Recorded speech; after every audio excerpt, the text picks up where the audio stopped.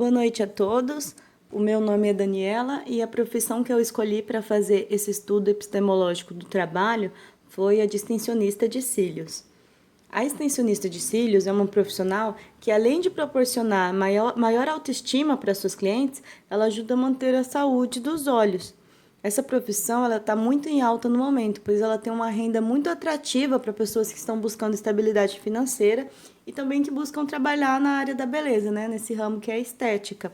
Esse foi até mesmo um dos motivos principais de eu ter escolhido, porque a profissional que eu escolhi, ela é minha amiga um tempo, e eu percebi que ela ganhou uma estabilidade financeira muito grande nos últimos dias. Faz pouco tempo, cerca de 7 meses, que ela começou a mexer com extensão de cílios e mesmo assim ela tem uma renda muito boa, uma renda maior, mais considerável do que qualquer outro trabalho que ela tenha tido no decorrer da vida. Esse, segundo ela, foi o trabalho que ela mais teve retirada. Então, por isso que eu escolhi tratar a respeito desse trabalho. É importante saber também que a extensão de cílio não é só colar um cílio sintético ali no olho da pessoa. Existem várias coisas que devem ser levadas em consideração. Então, essa profissional, a Mirella, ela passa algumas informações para a cliente antes dela ir fazer o procedimento. Primeira coisa é ir sem maquiagem, porque o rímel, na hora que você for fazer a extensão, ele vai ter que ser tirado, vai ter que ser lavado. Então, se a pessoa for de rímel, aquilo ali vai dificultar, né, o trabalho da profissional. Outra dica é lavar o cabelo antes do procedimento, porque a pessoa tem que ficar 24 horas sem molhar os cílios, para que a cola possa agir, né, de forma correta e fique da forma correta, como tem que ser. Se a pessoa for malhar no dia, é bom que ela malhe antes do procedimento também, porque o suor também aumenta o risco, né, do cílio quebrar ou do cílio cair, da cola não ficar fixada corretamente. Essas duas últimas dicas, eu acredito que seja mais por uma questão de marketing dela mesmo, porque o procedimento, por se tratar de um procedimento bem tranquilo, a cliente acaba aproveitando mesmo para relaxar, para dedicar um tempo para ela mesma. Agora eu vou falar Agora eu vou falar um pouco sobre a técnica, né, o passo a passo dela. O primeiro passo é lavar o olho da cliente com um sabonete próprio para esse fim. É uma espuminha e ela vai fazer movimentos ali circulares nos olhos para que possa ficar bem lavadinho. Em seguida, ela enxágua com água mesmo e seca com papel toalha. O terceiro passo é muito importante, ela tem que isolar os fios de baixo da cliente, porque no decorrer da técnica, a pessoa tem que ficar com os olhos fechados. E quando ela aplica a cola, aplica o cílio sintético ali no fio natural, pode ocorrer de colar o fio de cima com o fio de baixo. Então, para que isso não aconteça, ela isola os fios de baixo com essa fita microporosa. Em seguida, ela utiliza uma pinça para pegar o fio sintético, mergulhar ele numa pequena gota de cola que ela coloca ali na testa da cliente, né? Que para ela foi uma forma que ela encontrou de ficar mais fácil o acesso ali aos cílios. E depois de mergulhar o cílio na cola, ela aplica no fio natural. Até essa segunda foto não dá para ver muito bem, porque se trata de uma técnica que ela tem que ter muita atenção. Então, preferi não atrapalhar, né, o procedimento para poder tirar a foto. Mas ali ela está acoplando o fio sintético no fio natural. E depois temos esse resultado. Assim fica o antes e depois também da cliente.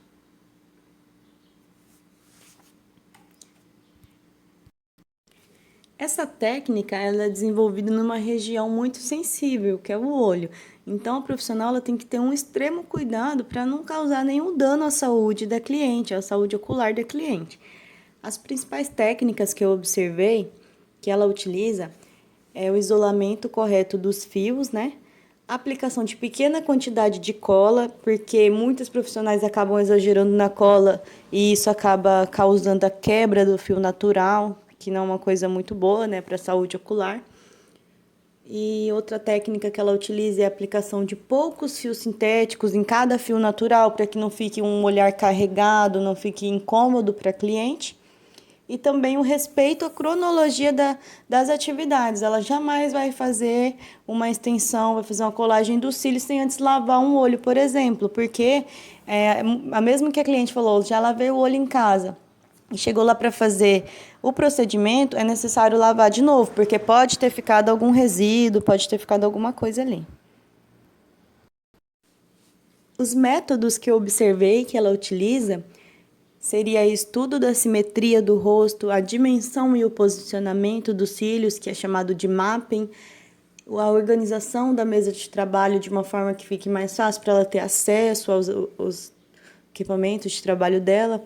A maca onde a cliente vai ficar posicionada tem que estar organizada, né, também. E ela tem que explicar o procedimento para a cliente, para que ela não fique nervosa durante o procedimento, não tente abrir o olho, porque pode causar algum dano. Eu coloquei no slide também essa imagem que mostra como é feito o mapping, que é esse método que eu falei. No mapping, ela vai colocar o comprimento do fio e dispor ele no olho de uma forma que fique um olhar correto, assim, sabe? Que os fios estejam dispostos corretamente. Então, ela jamais vai colocar um fio 15D, por exemplo, no canto do olho, porque é um fio mais comprido, então tem que ficar centralizado, tem que ficar no centro do olho. A operação, ela requer um passo a passo, então ela tem que começar com a preparação do ambiente, o material de trabalho, para depois tratar da cliente, higienizar os olhos dela com a espuma, manusear, né, corretamente, colocar a ring light, que é aquele aparelho de iluminação, de uma forma que ela consiga ver melhor, né, o trabalho dela, e fazer a aplicação, a secagem do fio de uma forma que não cause incômodo para a cliente, que ela fique segura e tranquila. Eu percebi que no ambiente de trabalho dela não tem uma forma de comunicação assim formal, é uma linguagem mais informal, porque a maioria das clientes são amigas, são pessoas que elas já têm um contato há bastante tempo, que faz manutenção sempre.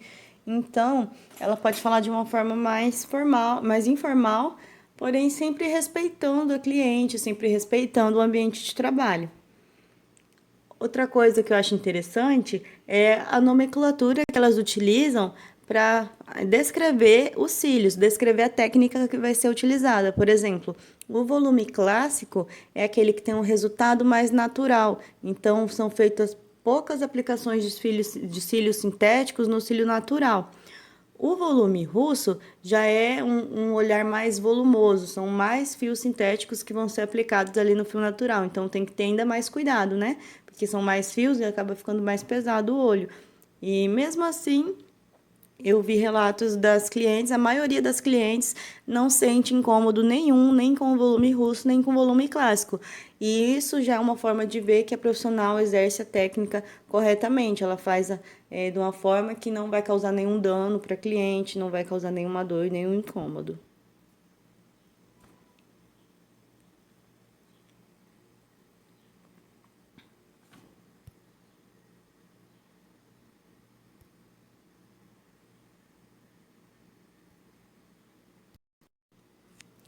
Em relação aos saberes sobre materiais, equipamentos, ambiente, segurança, eu pude perceber que durante a observação todo o ambiente foi higienizado de uma cliente para outra. Ela higienizou com álcool, ela organizou novamente a mesa de trabalho, organizou a disposição, né, da maca e da cadeira dela e também organizou os materiais que ela ia utilizar. Os materiais que não são reutilizáveis, ela descarta no lixeiro, né? Faz a coleta certinha do lixo. E os que podem ser reutilizados passam por um processo de esterilização, tudo visando a segurança tanto da cliente quanto da extensionista.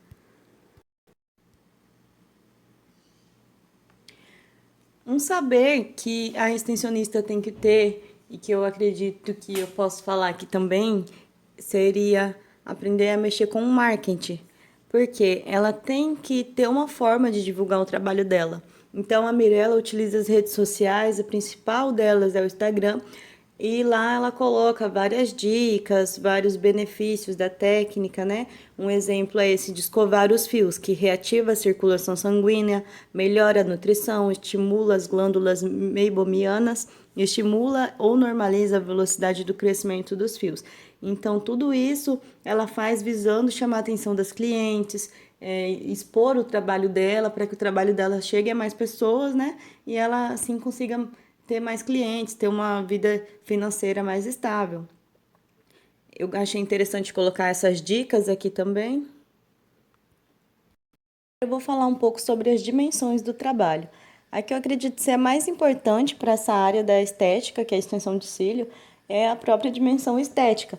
Porque todo o procedimento, a escolha da ondulação, da curvatura, do comprimento dos fios, a disposição dos cílios, tudo isso é feito visando que o procedimento não seja nem incômodo e que também não tenha dor e que tenha beleza na sua finalização. Então, por isso eu acredito que a estética é uma dimensão muito importante.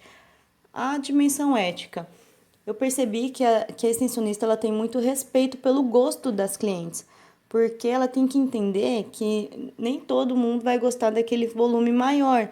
Então, ela não pode impor o gosto dela para a cliente, ela tem que saber explicar para a cliente como vai ser o procedimento, como que ela gosta, saber, entender como que ela gosta do cílio também e saber falar de uma forma cuidadosa, de uma forma empática com a cliente também. Em relação à dimensão econômica, para quem está iniciando na extensão de cílio, é necessário que tenha um investimento inicial, tanto com equipamentos para fazer fotos, que pode ser uma câmera no celular, mas tem que ser uma câmera melhor, e um ring light também, que é um aparelho de iluminação. Tem que ter um investimento de produtos descartáveis, como máscaras, luvas, tem que ter a maca também, uma cadeira profissional, pinças e etc. Então, depois desse período que ela obteve os equipamentos dela, que ela fez o treinamento, que ela treinou com pessoas que ela conhece, ela pode chegar a ganhar de 3 a 7 mil reais por mês, dependendo do número de clientes que ela tem, da disponibilidade de horário, da dedicação dela. A pessoa que eu entrevistei, a Mirella, ela no mês que ela tirou pouco, ela disse que tirou 3 mil. Então, a gente pode perceber que é uma renda muito boa para quem está buscando uma estabilidade financeira. Em relação à dimensão ambiental, eu só pude perceber mesmo que ela faz o descarte correto dos resíduos, para que não